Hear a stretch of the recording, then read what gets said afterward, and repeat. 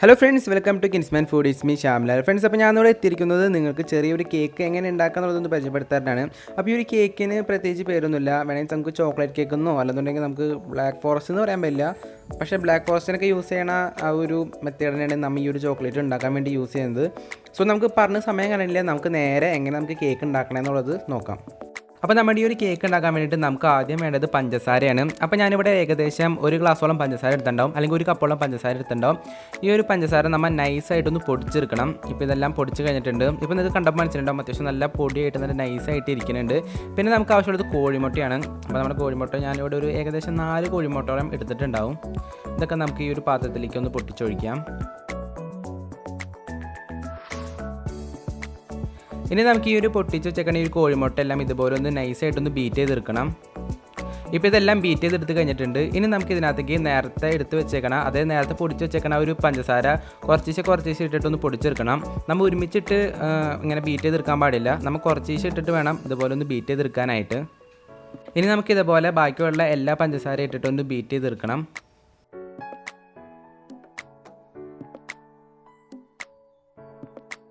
ഇപ്പോൾ നമ്മുടെ കോഴിമുട്ട പഞ്ചസാരയൊക്കെ ഇതുപോലെ ബീറ്റ് ചെയ്തെടുത്ത് കഴിഞ്ഞിട്ടുണ്ട്. ഇനി നമുക്ക് ഇതൊന്ന് മാറ്റി വയ്ക്കാം. ഇനി നമുക്ക് ആവശ്യമുള്ളത് ഏകദേശം 1 കപ്പ് മൈദപ്പൊടിയാണ്. ഇനി ഇതിലേക്ക് നമുക്ക് ആവശ്യത്തിനനുസരിച്ചുള്ള കുറച്ച് ചോക്ലേറ്റ് പൊടി ഇട്ട് കൊടുക്കണം. ഞാനിപ്പോൾ ഏകദേശം 3 സ്പൂണോളം ചോക്ലേറ്റ് പൗഡർ ഇട്ട് കൊടുക്കുന്നുണ്ട്.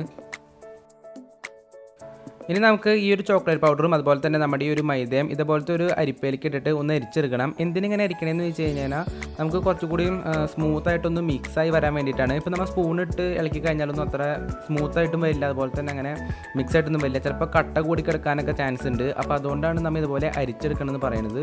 അപ്പോൾ നമുക്ക് ഈ ഒരു മൈദയും അതുപോലെ തന്നെ ഈ ഒരു കൊക്കോ പൗഡറും നമുക്ക് ഇതുപോലെ ഒന്ന് അരിച്ചെടുക്കണം.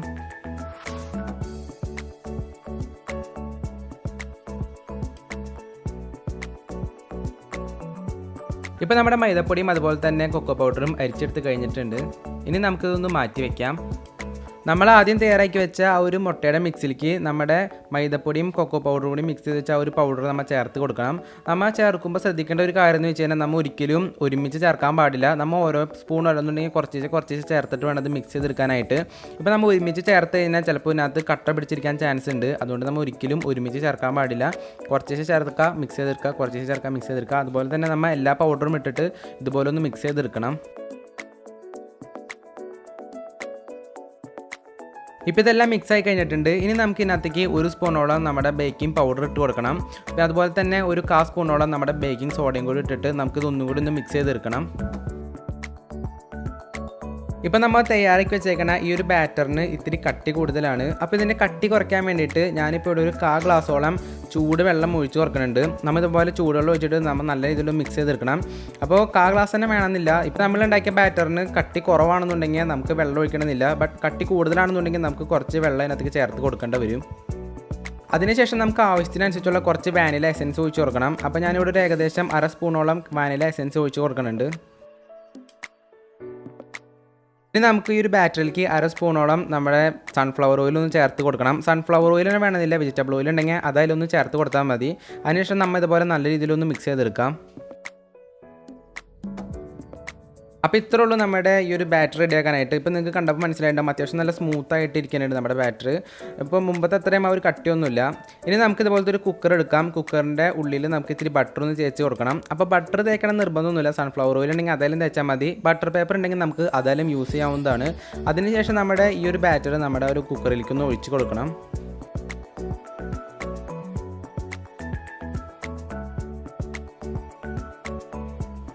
ഇപ്പോൾ ബാറ്ററി എല്ലാം കുക്കറിലേക്ക് ഒഴിച്ച് കഴിഞ്ഞിട്ടുണ്ട്. ഇനി നമുക്ക് ഇതുപോലെ ഒന്ന് അടച്ച് വെച്ച ശേഷം നമ്മുടെ വീട്ടിലുള്ള ഏതെങ്കിലും ഒരു പഴയ പാത്രത്തിലേക്ക് നമ്മുടെ ഈ ഒരു കുക്കർ ഒന്ന് ഇറക്കി വെച്ച് കൊടുക്കണം. നമ്മൾ ഒരിക്കലും നമ്മുടെ ഈ ഒരു കുക്കർ ഡയറക്റ്റ് സ്റ്റൗവിലേക്ക് വെക്കാൻ പാടില്ല. ഏതെങ്കിലും ഒരു പാത്രം അടിയിൽ വെച്ചിട്ട് വേണം അതിൻ്റെ മുകളിൽ കുക്കർ വെക്കാനായിട്ട്. ഞാനിപ്പോൾ യൂസ് ചെയ്തിരിക്കുന്നത് പഴയ പാത്രമാണ്. ഇനി നമുക്ക് ഒരു ഏകദേശം ഒരു 40-45 മിനിറ്റത്തോളം ഒന്ന് വെയിറ്റ് ചെയ്യണം. ഇപ്പോൾ ഒരു ഏകദേശം 45 മിനിറ്റത്തോളം കഴിഞ്ഞിട്ടുണ്ട്. ഇനി നമുക്ക് ഈ കുക്കർ ഒന്ന് തുറന്ന് നോക്കാം. നമ്മുടെ ഈ കേക്ക് വെന്തിട്ടുണ്ടോ എന്ന് നോക്കാൻ വേണ്ടിയിട്ട് നമ്മുടെ ഉള്ള ഏതെങ്കിലും ഒരു സ്റ്റിക്ക് ഒന്ന് നമുക്ക് ജസ്റ്റ് ഒന്ന് ഇതിൻ്റെ ഉള്ളിലേക്ക് കുത്തിയിട്ടൊന്ന് പൊക്കി നോക്കാം. ആ ഒരു സ്റ്റിക്കുമ്പോൾ എന്തെങ്കിലും ഒട്ടിപ്പിടിച്ചിരിക്കണമെന്നുണ്ടെങ്കിൽ നമ്മുടെ ഒരു കേക്ക് വെന്തിട്ടില്ല എന്ന് അർത്ഥം. ഇപ്പോൾ ഈ ഒരു സ്റ്റിക്കുമ്പോൾ ഒന്നും ഒട്ടിപ്പിടിച്ചൊന്നും ഇരിക്കണില്ല. സോ നമ്മുടെ കേക്ക് അത്യാവശ്യം നല്ല രീതിയിൽ വെന്തിട്ടുണ്ട്. കുക്കർ തുറന്നപ്പോൾ ഇപ്പോൾ നമ്മുടെ കേക്കൊക്കെ അത്യാവശ്യം റെഡി ആയിട്ട് നല്ല രീതിയിൽ പൊങ്ങിയൊക്കെ വന്നിട്ടുണ്ട്. ഇപ്പോൾ ഒരു കേക്ക് നമ്മൾ കുക്കറിൽ നിന്ന് പുറത്തെടുത്തിട്ടുണ്ട്. ഇപ്പോൾ ഒരു കേക്ക് കാണുമ്പോൾ തന്നെ നമുക്ക് മനസ്സിലായിട്ടുണ്ടാവും അത്യാവശ്യം ഒരു ഷേപ്പില്ലാത്തൊരു കേക്കാണ്. അപ്പോൾ ഇതൊന്ന് ഷേപ്പ് ചെയ്യാൻ വേണ്ടിയിട്ട് നമുക്ക് ആ ഒരു മോൾ ഭാഗം ജസ്റ്റ് ഒന്ന് കട്ട് ചെയ്തൊന്ന് മാറ്റി വയ്ക്കാം. അപ്പോൾ നമുക്ക് ആ ഒരു കേക്കിൻ്റെ കറക്റ്റ് ഷേപ്പ് കിട്ടണതായിരിക്കും. സോ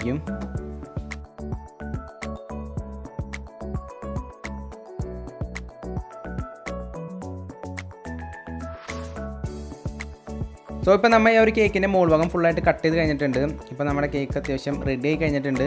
ഇനി നമുക്ക് അടുത്ത സ്റ്റെപ്പ് എന്ന് പറയുകയാണെന്നുണ്ടെങ്കിൽ ഈ ഒരു കേക്കിൻ്റെ മുകളിൽ തേക്കാനായിട്ടുള്ള ക്രീം റെഡി ആക്കുക എന്നുള്ളതാണ്. സോ നമുക്ക് എങ്ങനെ ക്രീം തയ്യാറാക്കണമെന്ന് നോക്കാം. അപ്പോൾ ഞാനിവിടെ ക്രീം തയ്യാറാക്കാൻ വേണ്ടിയിട്ട് ഒരു പാത്രം ചൂടാക്കിയിട്ട് അതിലേക്ക് ഞാനിപ്പോൾ ഒരു കപ്പോളം പാൽ ഒഴിച്ച് കൊടുക്കുന്നുണ്ട്. ഇനി നമുക്ക് ഈ ഒരു പാല് ചൂടാവണമെന്ന് വെയിറ്റ് ചെയ്യണം. പാല് ചൂടായി കഴിഞ്ഞ ശേഷം നമുക്ക് നമ്മുടെ പഞ്ചസാര ഒന്ന് ഇട്ട് കൊടുക്കാം. അപ്പോൾ പഞ്ചസാര പൊടിച്ചതുണ്ടെങ്കിൽ അതായിരിക്കും കുറച്ചുകൂടി നല്ലത്. അതിനുശേഷം നമുക്ക് ആവശ്യത്തിനനുസരിച്ചുള്ള കൊക്കോ പൗഡർ ഇട്ട് കൊടുക്കാം. അപ്പോൾ ഞാനിവിടെ ഉണ്ടാക്കാൻ ഉദ്ദേശിക്കുന്നത് നമ്മുടെ ചോക്ലേറ്റിൻ്റെ ക്രീമാണ്. അപ്പോൾ ചോക്ലേറ്റിൻ്റെ ക്രീം ഉണ്ടാക്കാൻ വേണ്ടിയിട്ടാണ് ഞാനിപ്പോൾ ഇവിടെ കൊക്കോ പൗഡർ ഇട്ട് കൊടുക്കണേ. ഇപ്പോൾ നിങ്ങൾക്ക് കൊക്കോ പൗഡർ വീട്ടിലില്ല എന്നുണ്ടെങ്കിൽ നമുക്ക് വേണമെന്നുണ്ടെങ്കിൽ മൈദയിൽ യൂസ് ചെയ്യാവുന്നതാണ്. ഞാനിപ്പോൾ ഇവിടെ ഏകദേശം 3 സ്പൂണോളം നമ്മുടെ കൊക്കോ പൗഡർ ചേർത്തിട്ടുണ്ട്. ഇപ്പോൾ നല്ല രീതിയിൽ കൊക്കോ പൗഡർ ടേസ്റ്റ് കിട്ടുന്നുണ്ടെങ്കിൽ നമുക്ക് 4 സ്പൂണോളൊക്കെ ചേർക്കാം. പക്ഷേ ഓവറായി കഴിഞ്ഞാൽ ഇത്തിരി കയ്പ്പും കാര്യങ്ങളൊക്കെ കൂടും. അതുകൊണ്ട് നമ്മൾ ഒരു 2 അല്ലെങ്കിൽ ഒരു 3 സ്പൂണിൽ തന്നെ നിർത്തുന്നതെങ്കിൽ കുറച്ചുകൂടി നല്ലത്. നമ്മുടെ വീട്ടിൽ കൊക്കോ പൗഡർ ഇല്ല എന്നുണ്ടെങ്കിൽ മൈദ യൂസ് ചെയ്യാവുന്നതാണ്. അപ്പോൾ മൈദ യൂസ് ചെയ്തതിന് ഒരു കളർ കിട്ടില്ല എന്ന് മാത്രമേ ഉള്ളൂ. നമ്മുടെ ഒരു കൊക്കോ പൗഡർ ഈ പാലിൽ നല്ല രീതിയിൽ മിക്സ് ആയി കഴിഞ്ഞിട്ടുണ്ട്.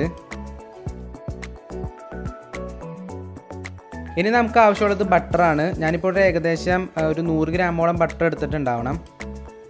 ഇനി ഒരു ബട്ടർ മെൽറ്റ് ആവണ വരെ നമ്മൾ ഒന്ന് വെയിറ്റ് ചെയ്യണം.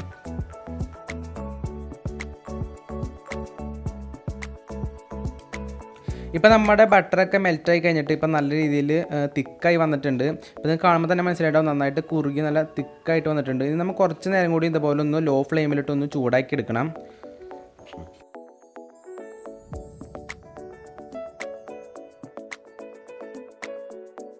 നമ്മുടെ ക്രീം എല്ലാം റെഡി ആയിട്ടുണ്ട്. അപ്പോൾ ഇത്രയുള്ളൂ നമ്മുടെ ഈ ഒരു ക്രീം ഉണ്ടാക്കാനായിട്ട്. ഇനി നമുക്ക് സ്റ്റൗ ഓഫ് ചെയ്തിട്ട് നമുക്ക് ഈ ഒരു ക്രീം പുറത്തേക്ക് എടുക്കാവുന്നതാണ്.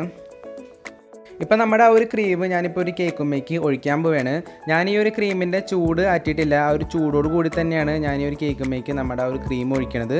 ഇപ്പോൾ ഒരിക്കലും അങ്ങനെ ഒഴിക്കണം നിർബന്ധമൊന്നുമില്ല. ഞാനിപ്പോൾ ഇങ്ങനെ ഒഴിക്കാൻ കാരണം എന്താണെന്ന് വെച്ച് കഴിഞ്ഞാൽ ഈ സൈഡിലേക്കൊക്കെ ഒന്ന് മെൽറ്റായിട്ട് വീഴാൻ വേണ്ടിയിട്ടാണ് ഇങ്ങനെ ഒഴിക്കണത്. അല്ലാന്നുണ്ടെങ്കിൽ നമ്മുടെ സ്പൂണോ അല്ലെങ്കിൽ എന്തെങ്കിലും വെച്ചിട്ട് നമ്മൾ ശരിക്കും ഇതുപോലെ സൈഡിലേക്ക് തേച്ച് വെക്കേണ്ടി വരും. ഇതാകുമ്പോൾ എന്ന് വെച്ച് കഴിഞ്ഞാൽ ചൂടേപ്പാട് കൂടി തന്നെ എല്ലായിടത്തേക്കും ഒലിച്ച് ചോക്ലേറ്റ് ഇറങ്ങണ പോലെ തന്നെ ഇറങ്ങിക്കോളും. സോ അതാണ് ഞാനിപ്പോൾ ഇങ്ങനെ ഒഴിക്കാൻ കാരണം. ഇങ്ങനെ ഒഴിക്കണമെന്നൊന്നും നിർബന്ധമില്ല. നമുക്ക് വേണമെന്നുണ്ടെങ്കിൽ ഈ ഒരു ചോക്ലേറ്റ് ചൂടൊക്കെ ആയ ശേഷം നമുക്കൊന്ന് ബീറ്റൊക്കെ ചെയ്തെടുത്തിട്ട് വേണമെന്നുണ്ടെങ്കിൽ സൈഡിൽ തേച്ചാൽ മതി.